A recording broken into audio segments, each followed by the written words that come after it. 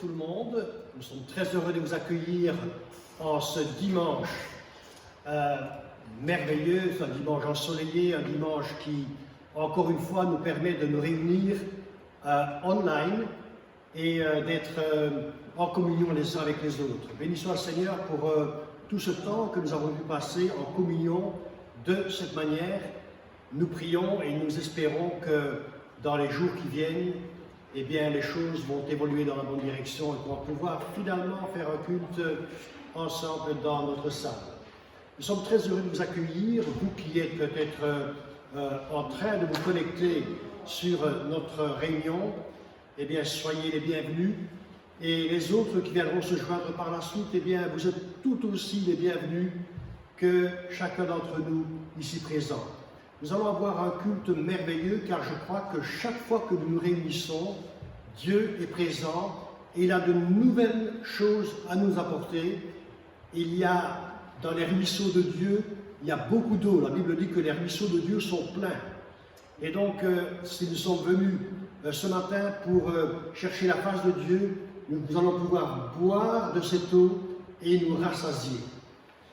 Alors, je vais demander à Dieu à ce qu'il bénisse ce culte, qu'il bénisse ce temps de louange que nous allons passer, toute l'équipe qui est ici présente, qu'il bénisse l'équipe des techniciens qui sont là et nous permettent de réaliser ce programme. Et on va prier pour que Dieu bénisse son Église. Inclinons-nous quelques instants maintenant. Seigneur, merci pour ta présence. Merci Seigneur mon Dieu pour les choses que tu as préparées pour nous d'avance. Seigneur mon Dieu, nous savons que tu as en réserve tellement de bénédictions. Tu n'es jamais à court.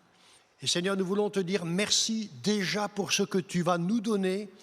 Merci Seigneur mon Dieu pour ta parole. Merci Seigneur mon Dieu pour la présence du Saint-Esprit qui nous aide chaque jour. Tu as dit Seigneur dans ta parole que tu es avec nous tous les jours jusqu'à la fin du monde. Nous le croyons et nous voulons le vivre encore une fois ce matin. Que ton règne vienne, que ta volonté soit faite sur la terre comme elle est dans le ciel. Amen. Je cède la place maintenant au groupe de louanges et nous sommes heureux d'avoir avec nous Davy et toute une équipe qui vont nous conduire dans quelques chants. Que Dieu les bénisse. Alléluia. Amen. Je suis vraiment heureux, je suis vraiment dans la joie de vous retrouver, je vais dire en quelque sorte, et de retrouver en tout cas mon Église. Et j'espère que vous vous portez tous bien. Et nous avons parlé tout à l'heure justement des eaux, et le premier morceau que j'ai choisi, c'est justement les océans. Le titre du morceau est les océans. C'est vrai que nous vivons des moments particuliers, et peut-être que l'ombre et la peur nous entourent. Peut-être que les éléments se déchaînent contre nous, mais nous avons un Dieu de victoire. Et vraiment aujourd'hui, je suis sûr qu'il se bat pour moi et qu'il veut nous délivrer.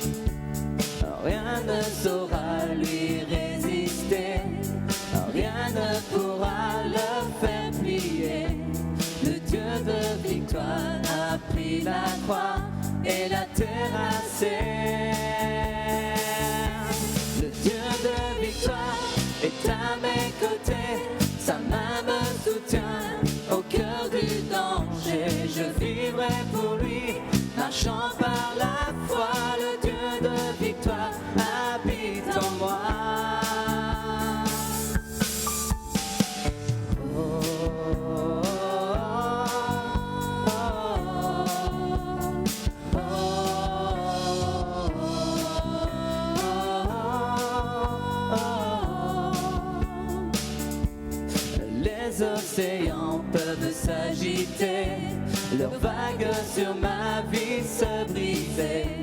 Le Dieu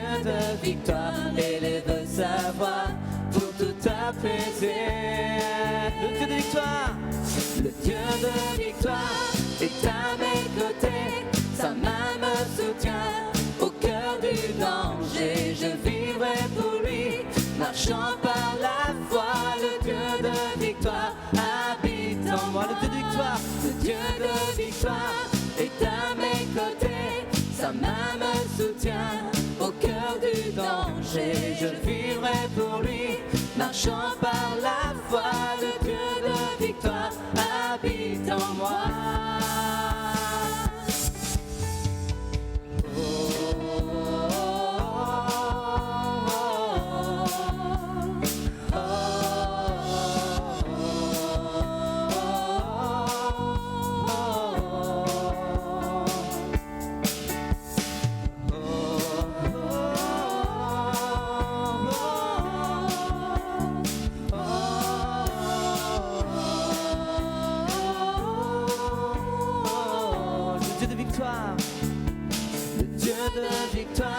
Est à mes côtés, sa main me soutient au cœur du danger. Je vivrai pour lui, marchant par la foi, le Dieu de victoire habite en moi.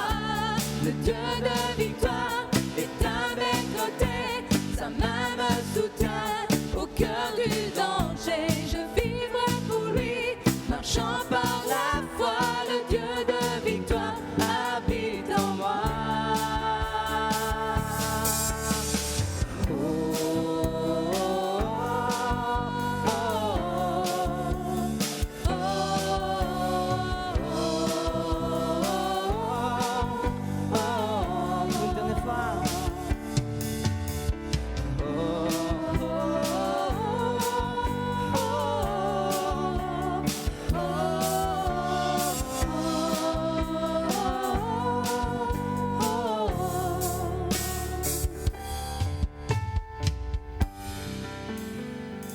Amen. Merci Seigneur. Merci Seigneur Jésus. C'est vrai que ce matin, nous sommes là aussi tout simplement pour lui apporter notre reconnaissance. Car il est bon. Il est au-dessus de tout.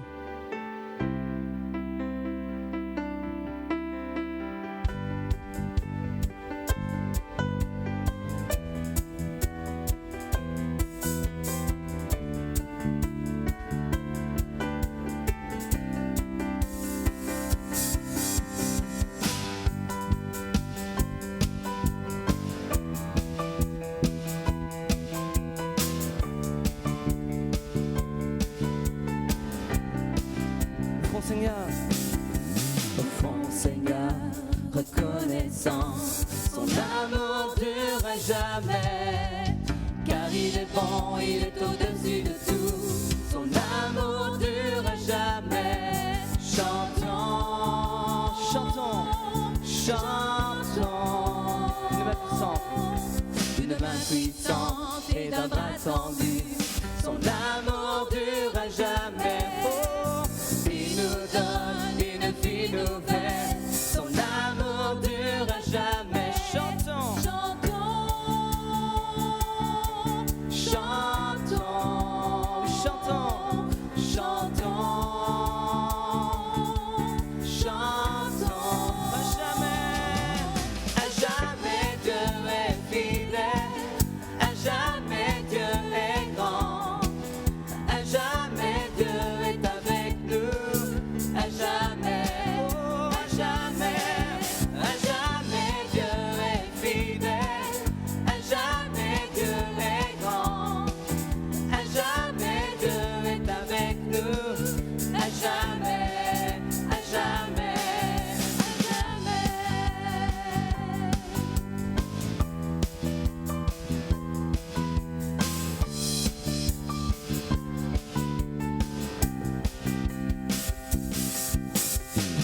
Soleil jusqu'à son coucher, son amour dure à jamais. Par la grâce de Dieu, nous persévérons, son amour dure à jamais. Chantons, chantons, chantons, chantons, chantons.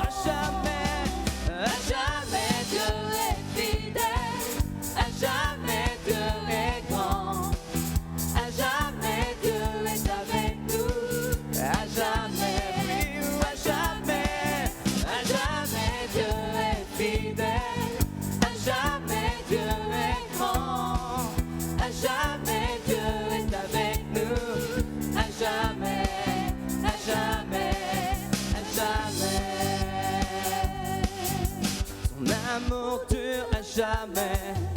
Son amour dure à jamais. Chantez-le. Son amour dure à jamais. Son amour dure à jamais.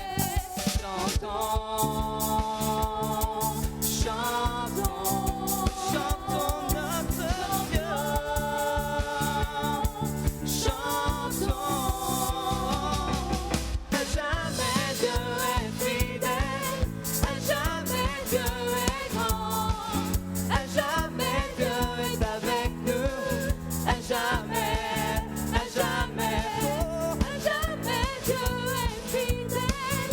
À jamais Dieu est grand. À jamais Dieu est avec nous. À jamais, à jamais, à jamais.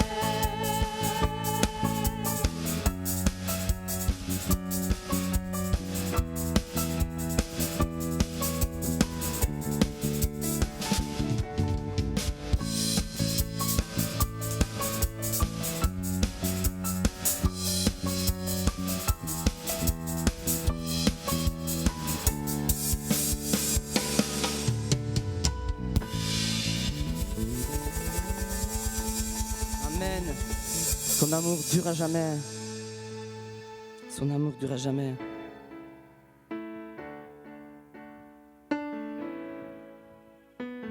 Nous allons continuer à le célébrer avec ce chant.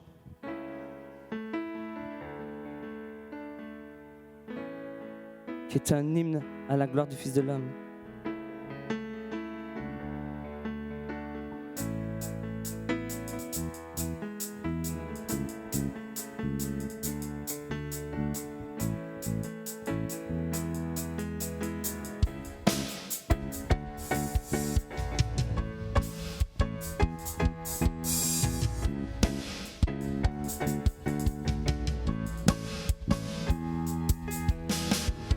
Un chant nouveau monte de la terre entière. Célébrer, acclamer l'Éternel. Tous les peuples et les nations entendent un hymne à la gloire du Fils de l'homme. L'Éternel est bon. Il fait de grandes choses, l'Éternel est bon. Oui, nous le chantons. Son nom est le grand je suis, celui qui console et guérit. Nul ne peut se comparer à lui. Tout pouvoir lui est donné. Il règne pour l'éternité. Rien ni personne ne peut l'égaler.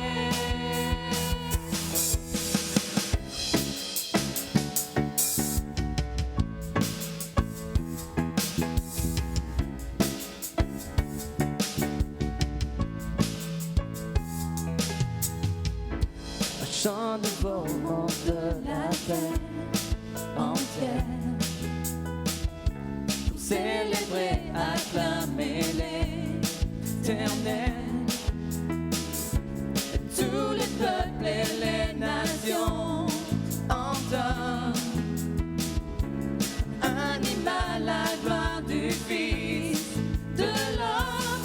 L'Éternel est bon. Il fait de grandes choses. L'Éternel est bon. Oui, nous le chantons.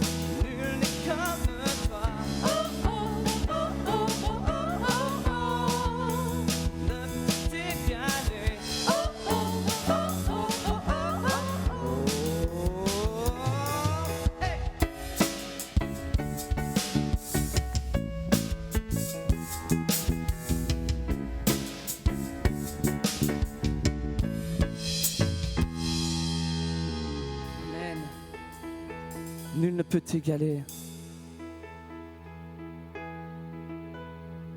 C'est vrai, Seigneur. Et mon cœur t'appartient ce matin. Tout ce que j'ai de meilleur, je veux te le donner, Seigneur Jésus.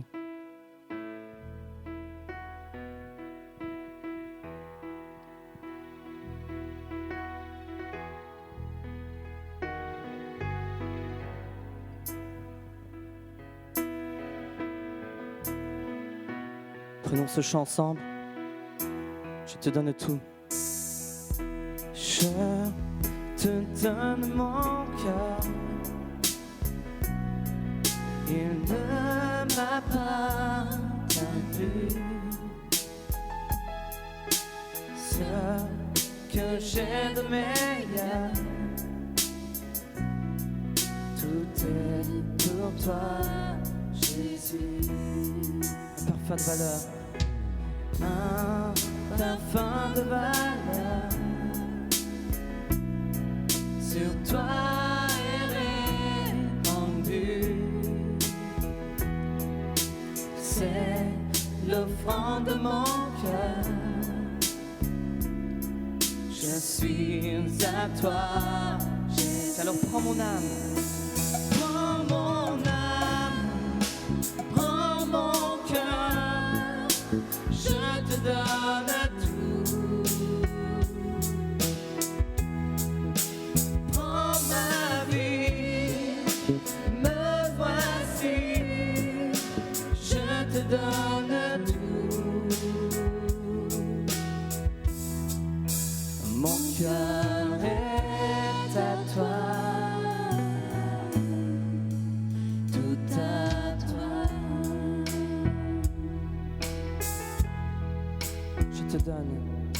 Je te donne mon cœur.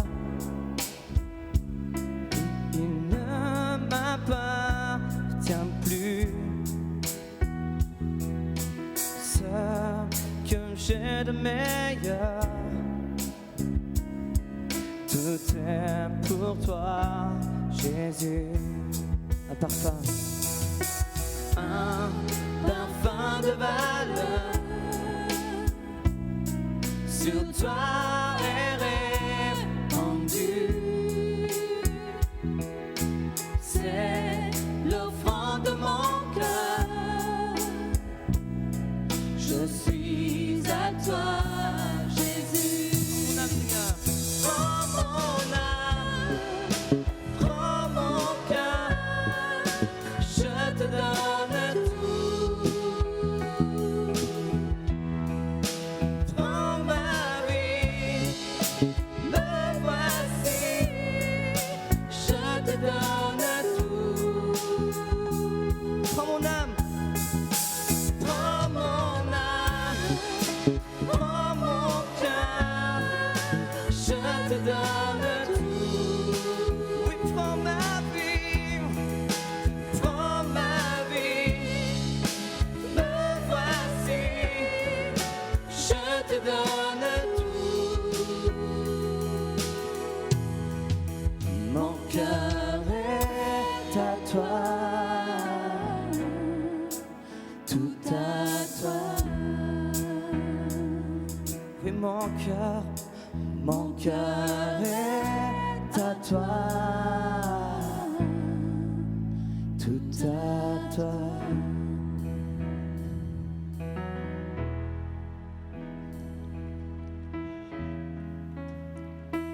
Mon cœur est à toi.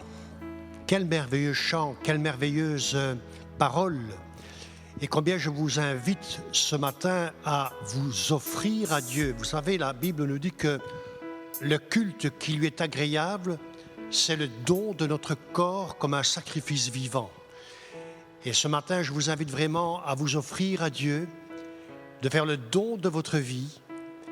Et si vous ne l'avez pas encore fait, lorsque vous aurez entendu le message que va nous apporter notre jeune frère Sébastien Dorata, eh bien, vous pourrez ouvrir votre cœur encore plus et donner votre vie au Seigneur. Mais tout à l'heure, Dieu vous parlera, j'en suis convaincu, que Dieu bénisse sa parole et qu'il bénisse son serviteur.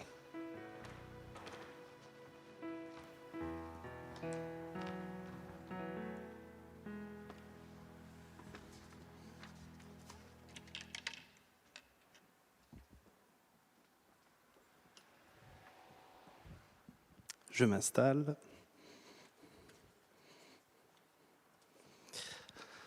Voilà, bonjour ou bonsoir, peut-être, à toutes et à tous. Voilà, c'est vraiment un plaisir et un honneur de pouvoir servir le Seigneur de la sorte en vous partageant simplement ce que lui a mis sur mon cœur. Et là, je suis un peu... C'était un temps de louange particulier parce que c'était mon premier, en fait, personnellement, depuis presque 4 mois. Et donc, ça fait du bien de se rappeler à quel point c'est bon de pouvoir louer avec des frères et sœurs. J'étais un peu plus loin d'eux, évidemment, mais ça m'a fait beaucoup de bien. C'est assez encourageant de pouvoir revivre ces moments. Et voilà, on peut se dire qu'aujourd'hui, en tout cas, on est plus proche de la date où on va pouvoir se réunir ensemble que hier. Et du coup, voilà, je me réjouis vraiment de revivre ces moments avec chacun d'entre vous. Et je vais directement rentrer dans le thème de mon message, le titre de mon message aujourd'hui qui est « Et qui est mon prochain ?» Ce titre est tiré d'une question qui va être posée à Jésus et qui va amener Jésus à donner une des paraboles les plus connues de la Bible, la parabole du bon samaritain. Cette parabole connaît plusieurs interprétations. Elle est connue de par le monde, même chrétien, non chrétien. Des dictionnaires ont même donné des définitions. Le bon samaritain, souvent, ça signifie une personne qui est charitable. Mais malgré que cette histoire soit connue, malgré que je suis sûr vous connaissez cette histoire, je crois que le Saint-Esprit peut encore nous parler à travers ce texte. Et si ce n'est pas pour nous apprendre quelque chose de nouveau, je crois qu'il peut aussi nous rappeler quelque chose d'essentiel. Mais peut-être pour certains, ce seront des choses nouvelles. Que Dieu soit glorifié. Nous allons d'ailleurs lire ensemble cette parabole et son contexte. Pour ne pas lire toute la parabole d'un coup, je l'ai divisée en 3 parties et je vais vous lire la première partie qui concerne donc un échange entre un docteur de la loi et Jésus. La parabole se trouve dans Luc chapitre 10 et la première partie sera du verset 25 au verset 29. Un docteur de la loi se leva et dit à Jésus pour l'éprouver, « Maître, que dois-je faire pour hériter la vie éternelle ?» Jésus lui dit, « Qu'est-il écrit dans la loi ? Qui lis-tu » Il répondit, « Tu aimeras le Seigneur ton Dieu de tout ton cœur, de toute ton âme et de toute ta force et de toute ta pensée, et ton prochain comme toi-même. » « Tu as bien répondu, lui dit Jésus, « Fais cela et tu vivras. » Mais lui, voulant se justifier, dit à Jésus, « Et qui est mon prochain ?» Dans cette première partie, j'aimerais d'abord m'arrêter sur la personne qui pose ces différentes questions à Jésus, le docteur de la loi. Alors qu'il tente d'éprouver Jésus, quand Jésus lui pose une question sur la loi, on peut voir qu'il est capable de lui répondre. Nous avons donc la preuve qu'il connaît la loi et qu'il la maîtrise. Vient ensuite la réponse de Jésus qui lui dit donc « Fais cela et tu vivras ». Quand Jésus dit cela, il sait très bien que c'est humainement impossible à accomplir. C'est impossible d'aimer à ce point. Jésus, en fait, à travers sa réponse, détruit complètement l'aspect religieux de la loi. Il met ce docteur de la loi devant ses propres responsabilités. En sachant qu'un tel amour pour Dieu et pour son prochain est impossible à atteindre humainement, Jésus, qui lui dit « Fais cela et tu vivras », je crois que Jésus sous-entendait en fait « C'est impossible à faire, donc tu mourras ». Après ce message tellement clair, on pourrait penser que ce fameux docteur de la loi allait se rendre compte qu'il avait absolument besoin de la grâce de Dieu pour pallier à son impossibilité de suivre cette loi finalement inhumaine. Mais sa réaction est finalement digne de son esprit religieux. Il tente de se justifier. Et ce qui est intéressant, c'est qu'il tente de se justifier alors que personne ne lui a rien reproché. Personne ne l'accuse de rien. Donc on peut se rendre compte qu'à l'intérieur de lui-même, il n'a jamais aimé Dieu ou son prochain de cette manière. Et il préfère se justifier plutôt que d'assumer son manque d'amour et de demander à Jésus comment pourrait-il aimer de la sorte. Alors mes sœurs, mes frères, ou toi simplement qui regarde cette vidéo, que je ne connais pas, je crois que là il y a vraiment un premier avertissement pour nous. Prenons garde de ne pas commettre cette erreur de vouloir nous justifier. Tu es peut-être quelqu'un qui ne croit pas en Dieu. Et si tu regardes cette vidéo, cela t'intéresse peut-être, mais tu te dis que tu as le temps ou que tu n'es pas si mauvais, tu fais des bonnes choses dans ta vie, des bonnes actions. Et tu te dis peut-être qu'accepter Jésus, c'est joli, mais pas maintenant. Tu le feras plus tard. Ou alors, peut-être es-tu une personne qui connaît Dieu, qui connaît sa parole. Mais tu aimes justifier tes compromis dans ta vie et tu finis par les accepter. Tu te dis, peut-être c'est une vérité, mais utilisée de manière inappropriée, que ce n'est pas grave, car Dieu est amour.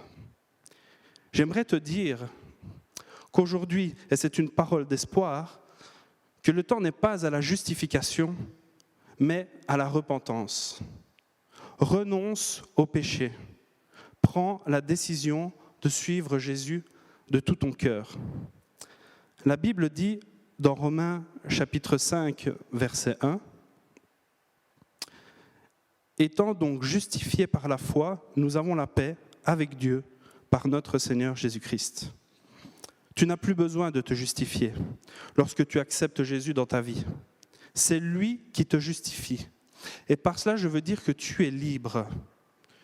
Tu as la liberté aujourd'hui de choisir de dire oui ou non au péché. Car Jésus a déjà payé ce prix.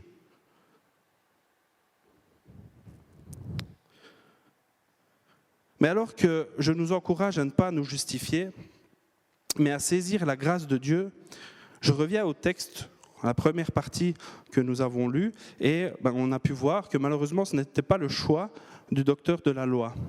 Lui n'a pas voulu entendre ce que Jésus disait à son cœur, et il a préféré se justifier.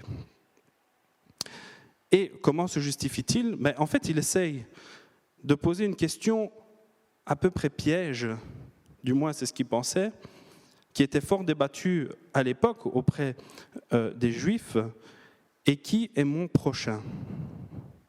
Et Jésus, dans son amour, va lui répondre avec la parabole du Bon Samaritain, qui va nous permettre de tirer encore d'autres enseignements pour nos vies aujourd'hui.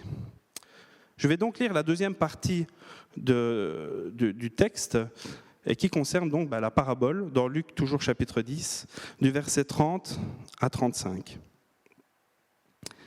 Jésus reprit la parole et dit : « Un homme descendait de Jérusalem à Jéricho.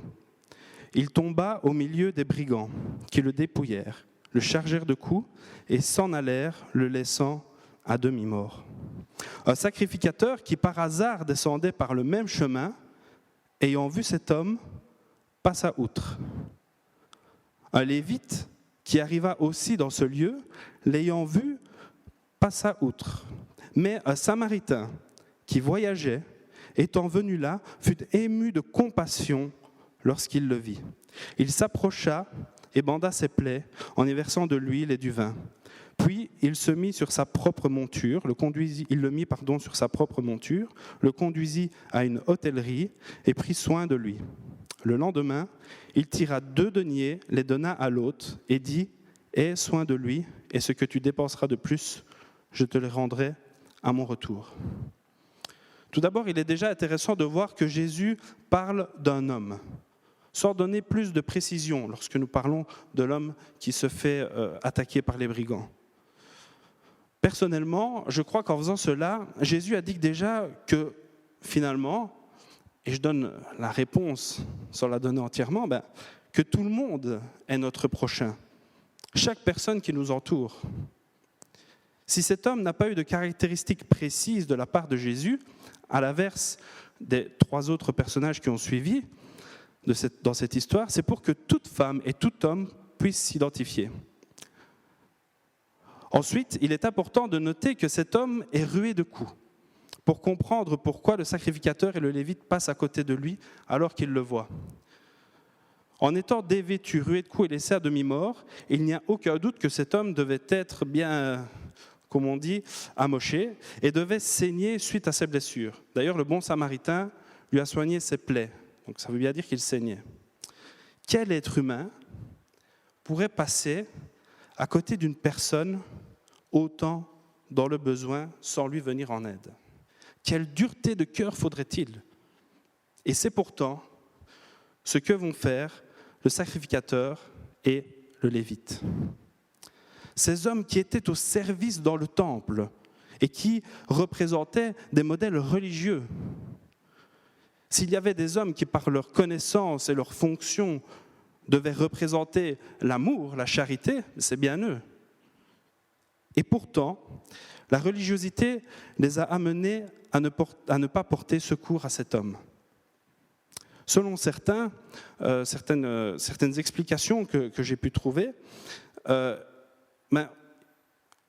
il se pourrait que, étant donné, c'est pour ça que j'expliquais qu'il était rué de coups, qu'il saignait et qu'il était donc à demi-mort, c'est que si, selon la loi de ce temps-là, si une personne touchait un cadavre, cela la rendait impure pendant 7 jours.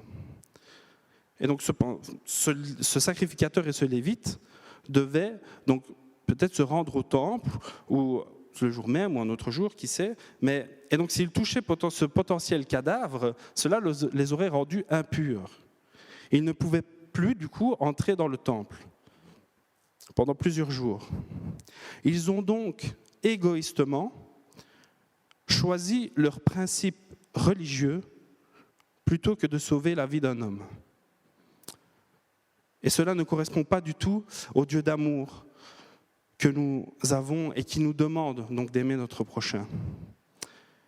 Et malheureusement, je crois que cette parole est toujours d'actualité aujourd'hui. Nous sommes toujours en proie à ces comportements religieux qui nous poussent à réagir de manière égoïste.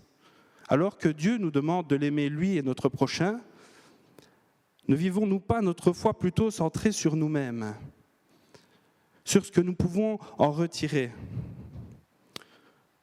Ne passons-nous pas des fois la plupart du temps à rechercher nos dons et nos talents plutôt que de la mise en pratique de ceux-ci pour les personnes que Dieu met sur notre route?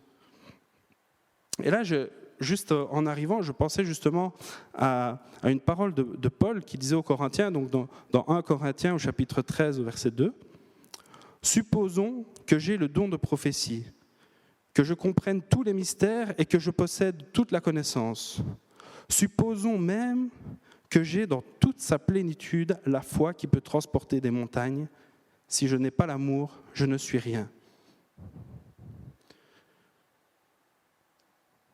Ne passons-nous pas plus de temps à rechercher notre bonheur plutôt que celui des autres? Alors que nous nous apprêtons, comme je l'ai dit un peu au début, je ne sais pas dans combien de temps, le jour de cette vidéo, nous allons pouvoir nous retrouver, mais nous nous y préparons. Alors que donc nous allons pouvoir nous réunir à nouveau dans notre assemblée, ou d'autres personnes qui nous regardent, qui font partie d'autres assemblées, ça vaut pour tous. J'aimerais nous encourager à ce que nous puissions y revenir, non pas en tant que consommateurs, mais en tant qu'acteurs. Que ces moments de culte, et que dans notre vie de tous les jours, nous puissions être à l'image de cette volonté de Dieu qui veut que nous soyons tournés vers lui et vers notre prochain. Que lorsque nous constatons que notre frère ou que notre sœur pêche, nous puissions l'aimer et l'accompagner, l'entourer, plutôt que de se taire, des fois condamner, et laisser la personne s'enfoncer dans son péché et s'éloigner de la volonté de Dieu. Que dans notre vie de tous les jours, nous puissions être attentifs aux autres, aux personnes qui nous entourent, afin de leur témoigner de l'amour de Jésus, en parole, mais surtout en action. Et en parlant d'action, nous arrivons justement à la fin de cette magnifique parabole du bon samaritain. Et nous allons parler du bon samaritain. Tout chrétien sait qu'il doit aimer son prochain. Du moins, je l'espère. Mais suffit-il de le dire? Suffit-il de le savoir? À l'image du bon samaritain, nous sommes invités à aimer en action, car Christ nous a aimés en action. Jésus n'est pas venu nous aimer seulement en parole, il a aussi agi, en donnant sa vie pour nous, en prenant tout le poids de notre péché sur ses épaules. Le bon samaritain ne s'est pas posé la question du pourquoi est-ce que cet homme se retrouvait dans cet état-là. Il ne l'a pas jugé, il n'a pas cherché à comprendre. Il n'a pas cherché à comprendre s'il l'avait peut-être mérité. Rempli de compassion et d'amour, il a soigné l'homme blessé et a tout fait pour qu'il puisse guérir et se reposer. Et nous pouvons voir que la parole de Dieu nous invite à l'action.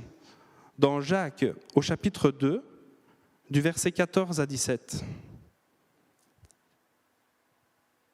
Mes frères, que sert-il à quelqu'un de dire qu'il a la foi s'il n'a pas les œuvres? La foi peut-elle le sauver? Si un frère ou une sœur sont nus et manquent de nourriture de chaque jour, et que l'un d'entre vous leur dise « Allez en paix, chauffez-vous et vous rassasiez », et que vous ne leur donniez pas ce qui est nécessaire au corps, à quoi cela sert-il? Il en est ainsi de la foi. Si elle n'a pas les œuvres, elle est morte en elle-même. La foi vivante, la vraie foi, nous amène à l'action. Elle nous amène à prendre soin les uns des autres. Je crois profondément que nous sommes responsables de ce que nous disons, de ce que nous faisons, mais nous sommes aussi responsables de ce que nous ne disons pas et de ce que nous ne faisons pas. Complètement à l'image du sacrificateur et du lévite qui ont préféré ne rien faire, ne rien dire. Et là, je vais terminer déjà avec la troisième partie du texte. Et avant de la lire, je vais dire déjà que je crois que la question du docteur de la loi est finalement à l'image de son manque d'amour. La question qu'il aurait dû poser n'est pas « et qui est mon prochain ?», mais plutôt « de qui suis-je le prochain ?» Et c'est Jésus lui-même qui le lui fait comprendre avec sa dernière question au verset 36. Donc nous allons lire la dernière partie, donc Luc chapitre 10, du verset 36 à 37. « Lequel de ces trois te semble avoir été le prochain de celui qui était tombé au milieu des brigands? C'est celui qui a exercé la miséricorde envers lui, répondit le docteur de la loi. Et Jésus lui dit, va, et toi, fais de même. N'attendons plus de savoir qui est notre prochain, mais montrons-nous proches des personnes qui nous entourent. Aimons-les. Ce qui m'amène déjà à la conclusion de ce message. Et j'aimerais conclure toujours avec des paroles de Jésus dans Matthieu, au chapitre 25, du verset 35 à 40. « Car j'ai eu faim, et vous m'avez donné à manger. J'ai eu soif, et vous m'avez donné à boire. J'étais étranger, et vous m'avez recueilli. J'étais nu, et vous m'avez vêtu. J'étais malade, et vous m'avez visité. J'étais en prison, et vous êtes venus vers moi. Les justes lui répondront, Seigneur, quand avons-nous vu avoir faim? Et t'avons-nous donné à manger ou avoir soif? Et t'avons-nous donné à boire? Quand t'avons-nous vu étranger? Et t'avons-nous recueilli ou nus et t'avons vêtu? Quand avons-nous vu malade ou en prison et sommes-nous allés vers toi? Et le roi leur répondra, je vous le dis en vérité, toutes les fois que vous avez fait ces choses à l'un de ces plus petits de mes frères, c'est à moi que vous les avez faites. Le moyen le plus concret d'aimer Jésus n'est-il donc pas finalement celui d'aimer les autres? Alors si pour toi la réponse à cette question est oui, alors je vais te laisser avec les paroles de Jésus du verset 37 que nous avons vu, qui dit « Va et toi, fais de même ».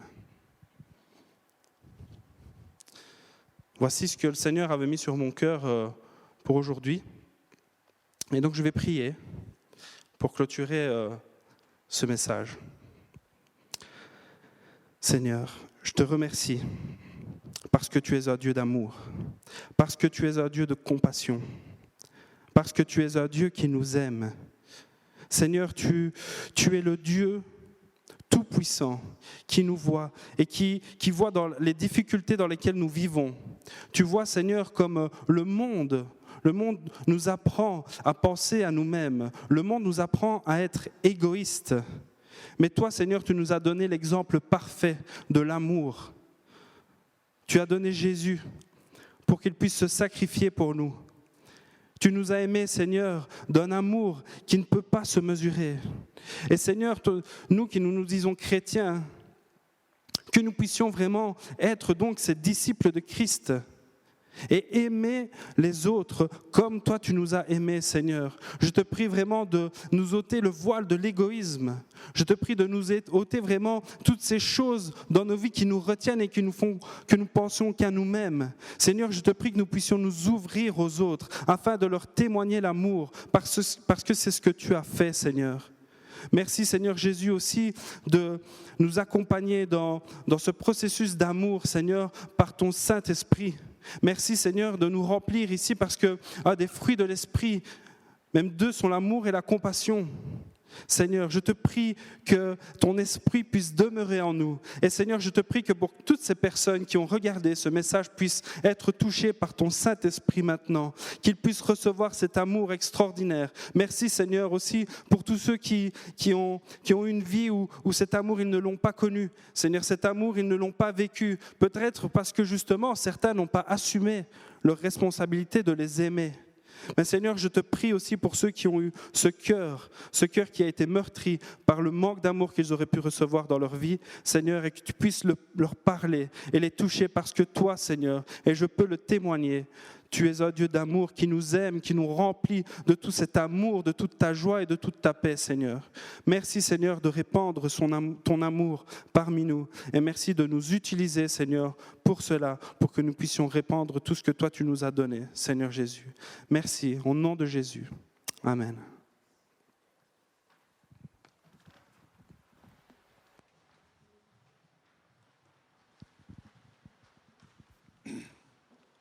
Merci Sébastien pour cette merveilleuse parole qui vraiment m'a interpellé par la question qui a été posée, qui est mon prochain? Et au fait, Sébastien a lancé un programme que nous allons continuer cette semaine puisque nous avons à cœur de faire une semaine particulière sur l'évangélisation. Et on donnera plus de détails par la suite. Mais dans ce que Sébastien nous a dit ce matin, eh bien, il a mis le point sur quelque chose de très important. C'est que Dieu nous interpelle à ne pas simplement regarder jusqu'au bout de notre nez, mais de regarder autour de nous. Et peut-être que notre voisin, là où nous habitons, peut-être que des gens, des collègues de travail, sont ce prochain qui a tellement besoin de notre compassion. Et j'aimerais profiter de ce moment pour que nous puissions prier pour quelques personnes dans l'Église, des frères et sœurs qui ont besoin, qui sont nos prochains aussi, mais qui sont dans la souffrance, qui ont besoin de nos prières, qui sont malades, et certains même très malades. Nous allons les présenter devant Dieu et nous allons prier comme si nous étions nous-mêmes touché au plus profond de notre cœur, comme ce Samaritain a été ému de compassion pour cet homme qu'il voyait dans le fossé. Eh bien, nous allons prier pour ces amis qui souffrent, qui ont besoin de nos prières.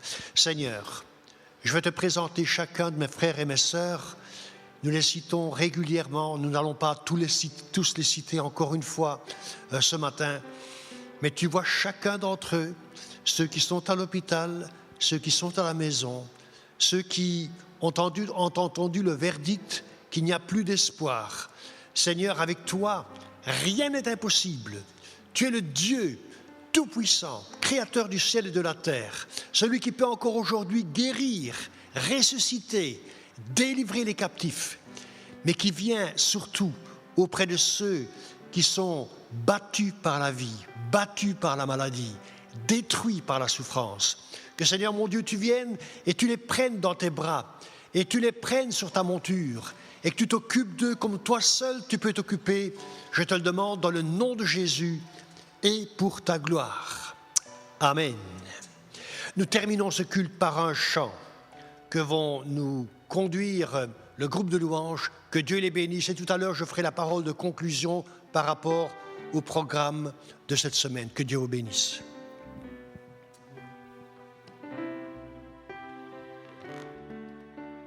Sers-toi de moi, Seigneur. C'est vrai, Seigneur. Je t'appartiens. Et aujourd'hui, et à jamais, je t'aimerai.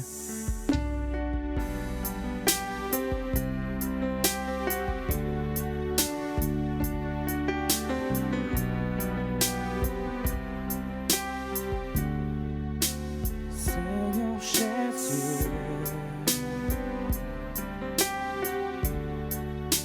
je viens à toi.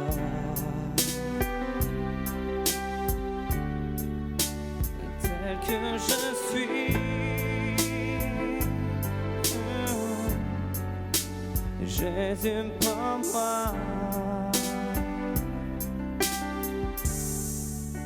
Je t'appartiens.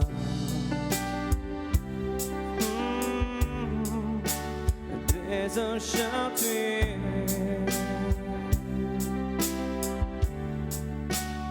Et à jamais.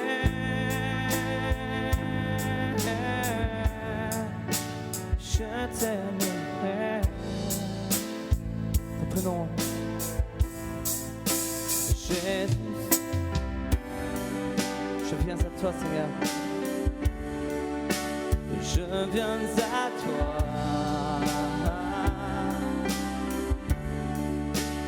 Tel que je suis.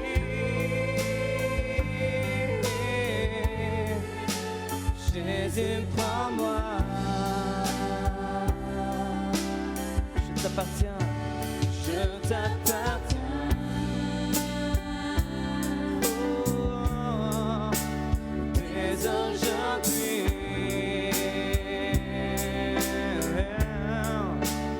Et à jamais.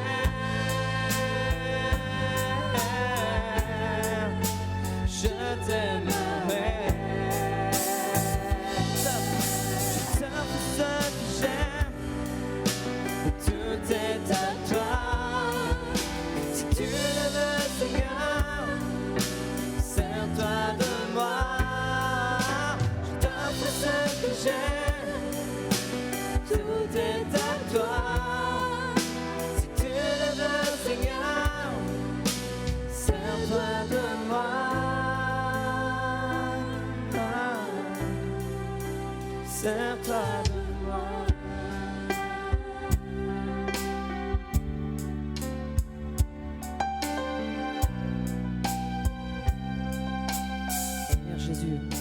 Seigneur Jésus, oh, je viens à toi.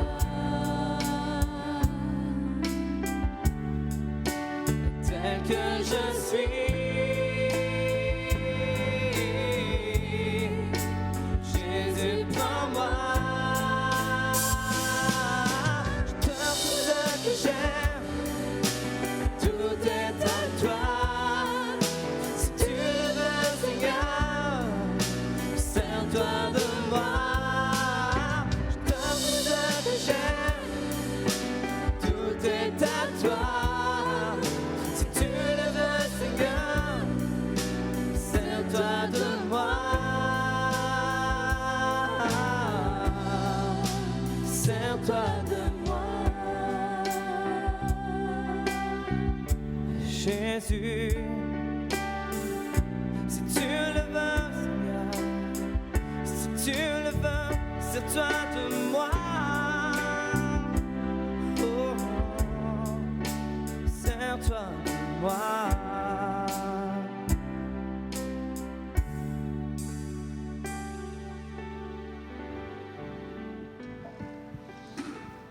Merci encore une fois à nos amis pour ces merveilleux chants.